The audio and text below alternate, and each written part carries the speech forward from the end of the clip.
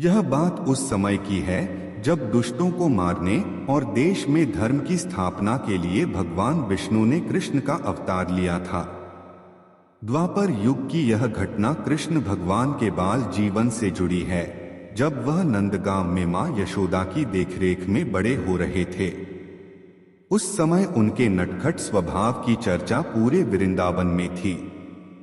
एक दिन की बात है, भगवान श्री कृष्ण घर के बाहर मिट्टी के आंगन में खेल रहे थे। उसी समय उसके बड़े भाई दाऊ वहां आए और देखा कि कन्हैया मिट्टी खा रहे हैं।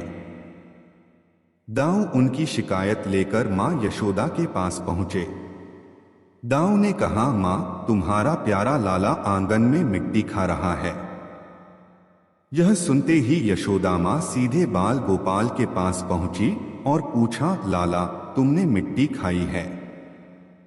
कान्हा बोले, नहीं मां, मैंने मिट्टी नहीं खाई। मां यशोदा को कान्हा की बात पर विश्वास नहीं हुआ और कहा, कान्हा, मुंह खोलकर दिखाओ कि तुमने मिट्टी नहीं खाई है।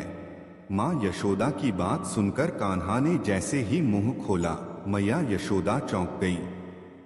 माता को कान्हा के मुंह में मिट्टी कहीं नहीं नजर आई, बल्कि पूरा का पूरा ब्रह्मांड नजर आ रहा था।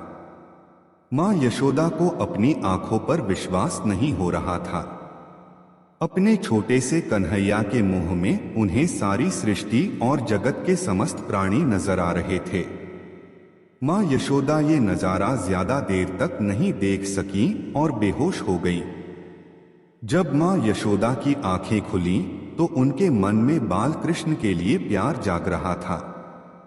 उन्होंने श्री कृष्ण को गले से लगा लिया और उनकी आंखें आंसुओं से भर गई।